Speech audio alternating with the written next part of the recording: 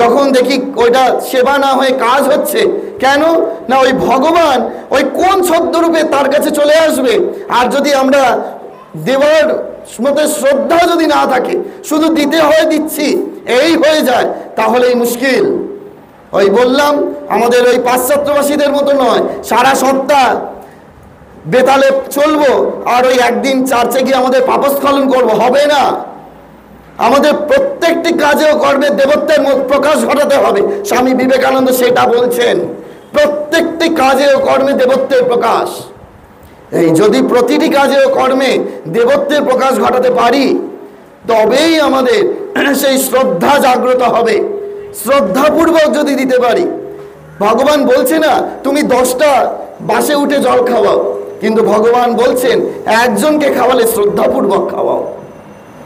এই শ্রদ্ধা যদি না থাকে, যখন ওই কোনো কিছু আমাদের দেওয়া হয়, আপনারা দেখবেন যে এখানে যখন মাতৃসেবা করা হয়, তখন মায়েদের হাতে যখন সেই ওই অর্ঘ্য স্বরূপ তুলে দেওয়া হয়, তখন সেই তারপরেই মায়েদের প্রণাম করা হচ্ছে। কেন না মায়েদের মধ্যে সাক্ষাৎ সেই দেবী জ্ঞান করা হচ্ছে যে এনারা সাক্ষাৎ সেই দেবী, আমরা তাদের পূজা করছি। এই ভাব যতক্ষণ না আসছে ততক্ষণ পর্যন্ত আমাদের ওই কাজে কোনো কিছু লাভ হবে না, আমরা শান্তিও